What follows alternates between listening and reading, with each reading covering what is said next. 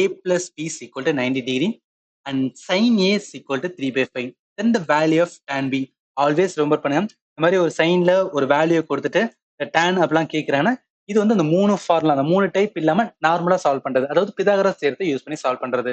என்னன்னா நம்மளுக்கு வந்து sin a யோட கொடுத்தாங்க. sin a யோட வேல்யூ வந்து 3/5னா என்ன மீனிங்? இந்த 3 தான் வந்து என்னன்னா எதிர்பக்கம், அந்த 5 தான் வந்து கர்ணம். இது இங்கிலீஷ்ல சொல்லணும், எதிர்பக்கம்னா ஆப்போசிட் சைடு அப்படின்னு சொல்லுவோம்.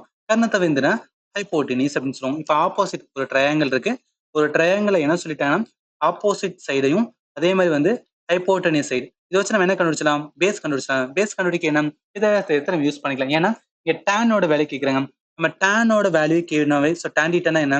சைன் டீட்டா டிவைட் பை வந்து காஸ் டீட்டா அப்படின்னு சொல்லுவோம். சைனோட வேல்யூ இருக்கு 3/5 இருக்கு. நான் காசு வேணா என்ன பண்ணுவேன், அடுத்துள்ள பக்கம் பேஸோட வேல்யூ தெரியணும். அப்ப அந்த பேஸ் நான் கண்டுபிடிக்கணும். அதுக்கு என்ன பிதாகரஸ் தியரம். பிதாகரஸ் தியரம் என்ன சொல்லுவோம்? ஹைப்போட்டனியஸ் ஸ்கொயர் எதுக்கு ஈக்குவலண்டா இருக்கும்? ஆப்போசிட் ஸ்கொயர் பிளஸ் வந்து பேஸ் ஸ்கொயர்.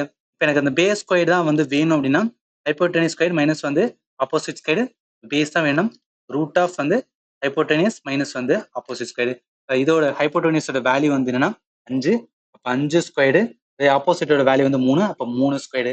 5 ஸ்கொயர் போட்டோம் அப்படின்னா 25, 3 ஸ்கொயர் போட்டால் 9. இங்கே ரூட் இருக்கு, இங்கேயும் வந்து ரூட் இருக்கு. அதை கழிச்ச உடனே 16, ரூட் ஆஃப் 16 வந்து 4 வரும். அப்ப என்ன மீனிங்னா பேஸோட வேல்யூ வந்து 4. அப்ப என்ன ஆகும்? இந்த இடத்துல காசோடது வந்து அடுத்துள்ள பக்கம் 4/, வந்து கர்ணத்தோட வேல்யூ வந்து 5 தான். அப்ப இந்த டேன் டீட்டோட வேல்யூவை இந்த இடத்துல இங்க எழுதுறேன். ஏன்னா 3/5 இருக்கு, மேல 5 வரும், கீழே வந்து 4 வரும். 5 அடியாகும் போது என்ன 3/4. இப்ப என்ன மீனிங்னா இது வந்து tan a யோட வேல்யூ. ஸோ tan a, ஏன்னா நம்ம இந்த இடத்துல sin a தான் எடுத்திருக்கோம். அதே மாதிரி வந்துன்னா காசியோடது, sin a வச்சு காசியை வச்சு tan a என்னன்னா 3/4. நம்மளுக்கு கேள்வி என்ன சொல்லிட்டாங்க அப்படின்னு கேட்டீங்கன்னா tan b யோட வேல்யூ வந்து கேட்டிருக்காங்க. அதுல ஒரு க்ளூ கொடுத்துருக்காங்க, a plus b is equal to 90 டிகிரின்னு கொடுத்துருக்காங்க. என்ன மீனிங்னா a plus b is equal to 90 டிகிரினா இப்போ b தான் வேணும், என்ன 90 மைனஸ் a.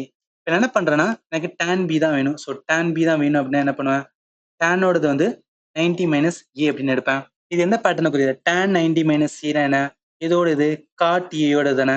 அப்ப என்ன பண்ணிக்கலாம்னா இதுக்கு பதிலாக நான் என்ன பண்ணுவேன், cot a-ன்னு போவோம். cot a இதோடது tan a யோடது, அப்போ 1 மைனஸ் tan a யோடது.